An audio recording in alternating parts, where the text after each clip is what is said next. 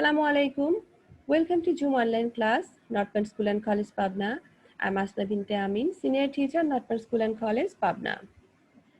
I am here for class 7, subject Science, chapter number 5. Our today's chapter is Digestive System and Blood Circulation System. That means পরিপাক তন্ত্র এবং রক্ত সংবহন তন্ত্র। এটা খুবই ইম্পর্টেন্ট একটা চ্যাপ্টার। এর পার্ট 1 আমি আসলে এটাতে অনেক কিছু ডিসকাশন করার আছে, এক দুই পার্টে হওয়ার কথা না। তারপরেও আমি চেষ্টা করব দুইটা পার্টে তোমাদের এটাকে শেষ করে দিতে। তো আজকের ফার্স্ট পার্টে আমি ডাইজেস্টিভ সিস্টেম এইটা নিয়ে একটু আলোচনা করব। এটা হচ্ছে পার্ট 1, মানে পরিপাক তন্ত্র, কিভাবে আমরা আমাদের খাবার পরিপাক হয়, সেই পরিপাক তন্ত্রটা কেমন, এর কোন মানে তোমার পার্টটা কি কাজ করে, এই সব কিছুই এখন আমরা আলোচনা করব। ওকে, আরেকটা ব্যাপার, আমার এই আলোচনা তোমাদেরকে পার্টিসিপেট করতে হবে। তোমরা সবাই তোমাদের বইটা সামনে রাখো। এছাড়া আমি স্লাইডেও দেখাবো তোমরা কি করবে। তোমরা জিনিসটা আমার সাথে সাথে রিডিং পড়বে এবং আমি তোমাদেরকে এর মিনিংগুলো বুঝাই দিব। ওকে, আমি আমার ভিডিওটা আপাতত বন্ধ রাখছি। তো ফার্স্টলি এখানে দেখো চ্যাপ্টার নাম্বার 5 সব বের করেছো, বই বের করেছো, পেজ নাম্বার 45 দেখো। এখানে প্রথমে কি আছে, digestive system and blood circulation system. তো মানে পরিপাক তন্ত্র এবং রক্ত সংবহন তন্ত্র। এর প্রথমে যে কথাগুলো আছে দেখো, the foods that we take are mostly complex foods. এই যে আমরা খাবারগুলো গ্রহণ করি এগুলো কিন্তু অধিকাংশ অনেক জটিল খাবার। These complex foods cannot be utilized directly by our body. এগুলো কিন্তু সরাসরি আমাদের বডি মানে ইউজ করতে পারে না। The process by which complex and isolable foods are changed into absorbable, soluble and liquid form of food with the help of specific enzyme is called digestion. That means এই জটিল খাদ্যদ্রব্যকে আমাদের শরীর শোষণ করে সরাসরি কাজে লাগাতে পারে না এবং শারীরবৃত্তীয় তোমার জটিল প্রক্রিয়া অদ্রবণীয় খাদ্যবস্তু নির্দিষ্ট এনজাইমের সহায়তায় দেহের উপযোগী দ্রবণীয় সরল ও তরল খাদ্যে পরিণত করার যে প্রক্রিয়া, সেটাই হচ্ছে পরিপাক। ওকে, একটু জটিল কথা তাই না?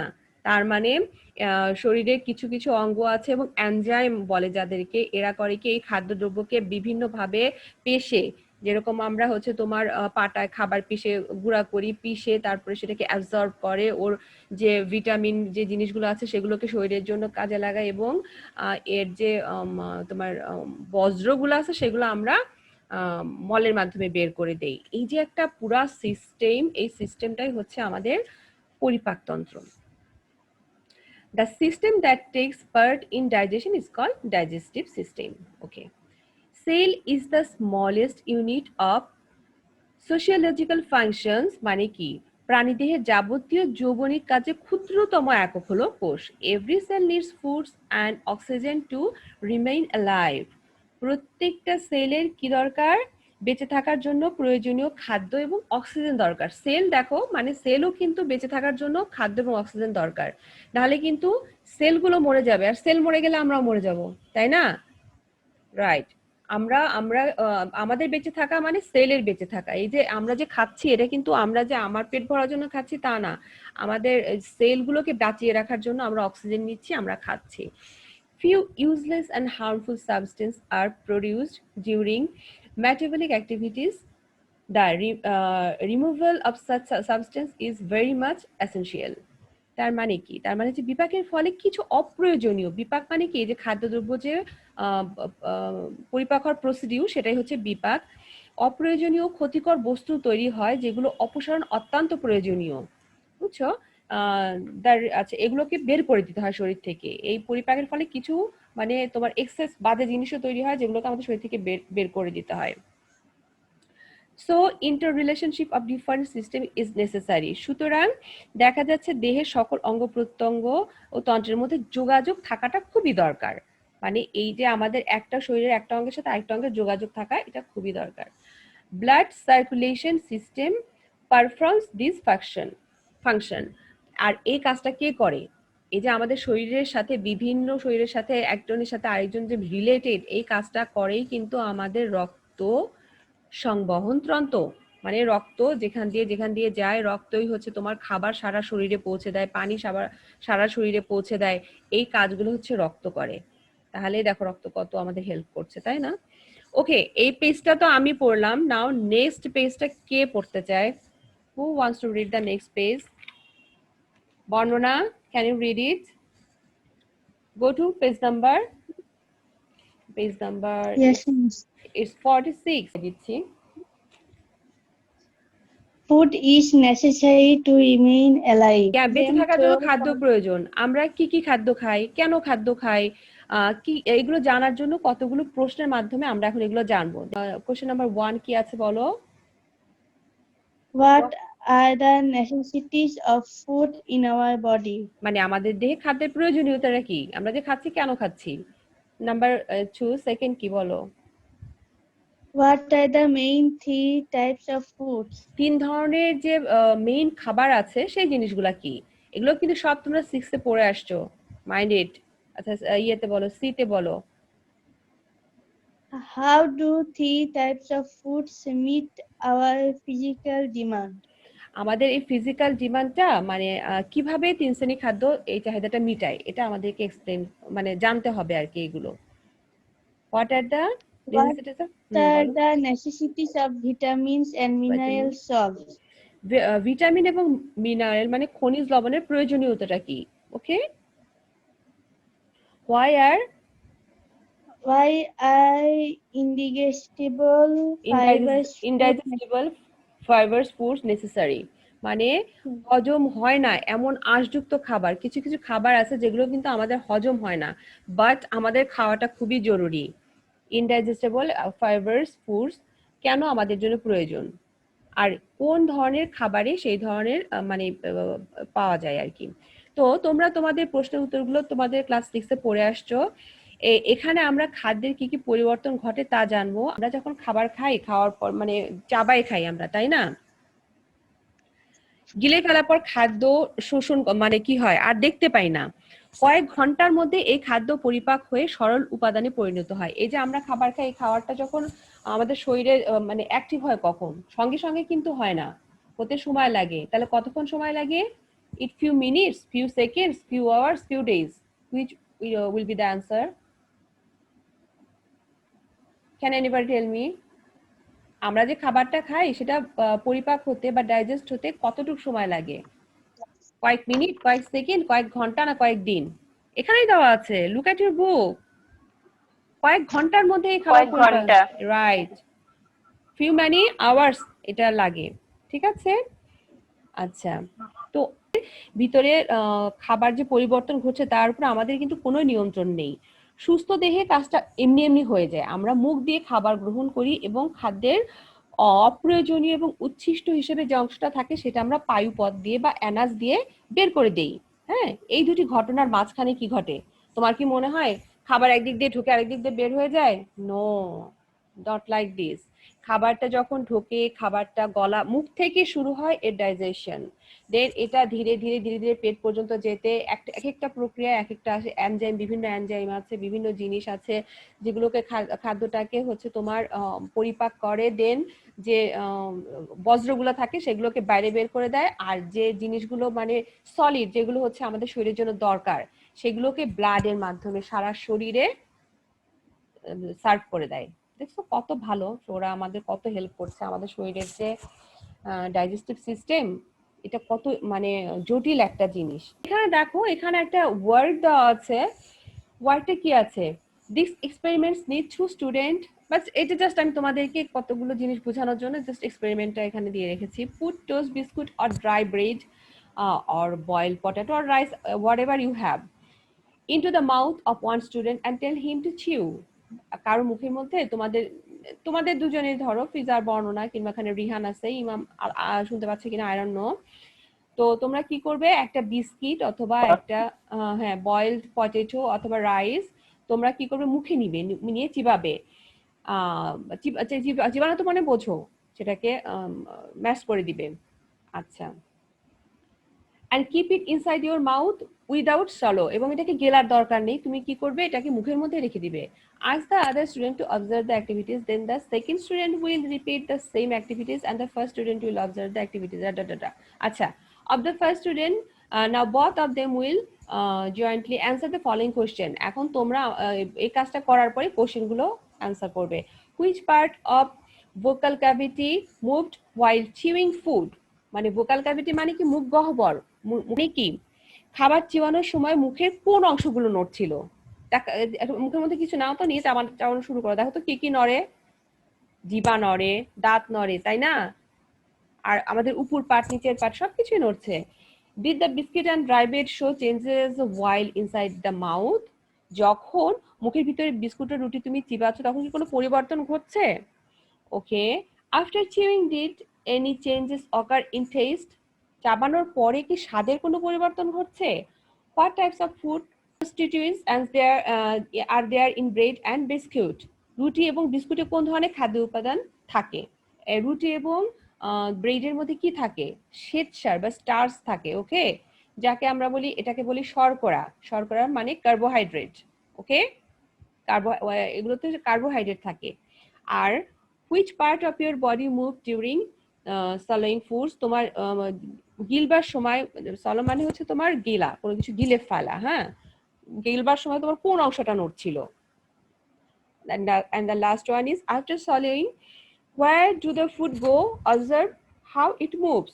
খাদ্য গিলবার পর কোথায় গেল, কিভাবে যায়, লক্ষ্য করো। ওকে, এই জিনিসগুলোর একটুখানি এক্সপেরিমেন্ট বাসায় একা একাই করবে এবং কোশ্চেনের অ্যান্সার গুলো দেখো আমরা নেক্সটে পেয়ে যাব। ওকে, দ্য নেক্সট পেজ। রিহান, ফিজা, তোমার কাছে কি বই আছে? না, আমার কাছে বই নাই। ওকে, টেক ইট ফ্রম মি। এখানে আসো, নিয়ে যাও, আমার এখানে আছে, আমার এতে পেস্ট করা আছে। আচ্ছা, রিহান, আর ইউ দেয়ার? না পালাইছো? Yes, miss. হ্যাঁ, গুড বয়। আচ্ছা, লিসন টু তে চলো। লিসন টু তে দেখো এখানে সালিভা এন্ড এনজাইম। সালিভা মানে কি? সালিভা মানে হচ্ছে লালা। লালা মানে মুখের যে লালা থাকে সেই লালাকে বলে সালিভা। আর এনজাইম মানে হচ্ছে, এনজাইম এখানে এনজাইমে লেখা আছে বাট এর মানে হচ্ছে উৎসেচক বলে আর কি। তো এটা তোমরা আরো বড় ক্লাসে গেলে জানবে। তো সালিভা এবং এনজাইম সম্পর্কে এখন আমরা একটু জানবো। পড়ো দেখি তুমি এখান থেকে পেজ নাম্বার 43 থেকে পড়ো। আমি কেন তুমি কেন মানো? তুমি কি আমার স্টুডেন্ট না? তুমি কি খেলতে আসছো এখানে? What type of question this is? সবাই পড়বে, তুমি এটা পড়ো, অন্যরা অন্যটা পড়বে। What? আচ্ছা বলো। It's post number 43. না না, সরি, 46, 47 মেবি। আমার তো বই নিয়ে গেছে, আমি দেখতে পাচ্ছি না, এখানে পেজ নাম্বার দেওয়া আছে। হ্যাঁ, দেখো যে এটা কোথায় আছে। Listen to saliva and enzyme. Is you? হ্যাঁ, you like sweet very much. বাসায় একটুখানি বেশি বেশি করে রিডিং পড়বা, ওকে? আমার বেশি সময় দিতে পারছি না। Rihan, okay stop, I will read it. আচ্ছা, wash your right hand carefully with soap. Take some fluid from your tongue with your clean finger. What is its colour? মানে কি বলেছে, সামনে একটা মিষ্টি রাখা আছে, তো মিষ্টি কি পছন্দ করো? অনেকে টক দেখলে অনেকে এরকম হয়, মুখ দিয়ে লালা চলে আসে, হ্যাঁ, এক ধরনের সাবস্টেন্স, লিকুইড সাবস্টেন্স চলে আসে। তো তুমি কি করবে? এখানে বলেছে হাতটা, তোমার ডান হাতটা ভালো করে ধুয়ে পরিষ্কার হাত দিয়ে মুখের এই সাবস্টেন্স একটু এনে তুমি দেখো এটার কালার কি, এটা কি কোনো কালার আছে? Let us compare the following with what we have learned from the above experiment. We take food through our mouth, we start chewing with teeth after taking it inside the mouth. The tongue treat the food so that it chewed well. The food mixed up with saliva inside vocal cavity. Saliva মানে হচ্ছে লালা, তারপর vocal cavity মানে হচ্ছে তোমার মুখ গহ্বর। এই খাবারটা যখন আমরা নেই, চাবাই, তখন এটা কি হয়, মুখের লালার সাথে মিশে যায়, তাই না? Saliva is a colorless fluid. Mind it, saliva is a colorless fluid. আমি কিন্তু পরে এই ধরনের কোশ্চেন গুলো করবো, এগুলো কিন্তু শর্ট কোশ্চেন হিসেবে থাকবে। Saliva is secreted from the salivary gland situated at the back side of the tongue. এটা কোথায় থাকে? salivary glandটা বা লালা গ্রন্থিটা থাকে আমাদের জিহ্বার পিছনে। saliva has a special role in digestion. এই যে digestion, এতে আমাদের এই লালার খুব ইম্পর্টেন্ট একটা রোল আছে। ওকে,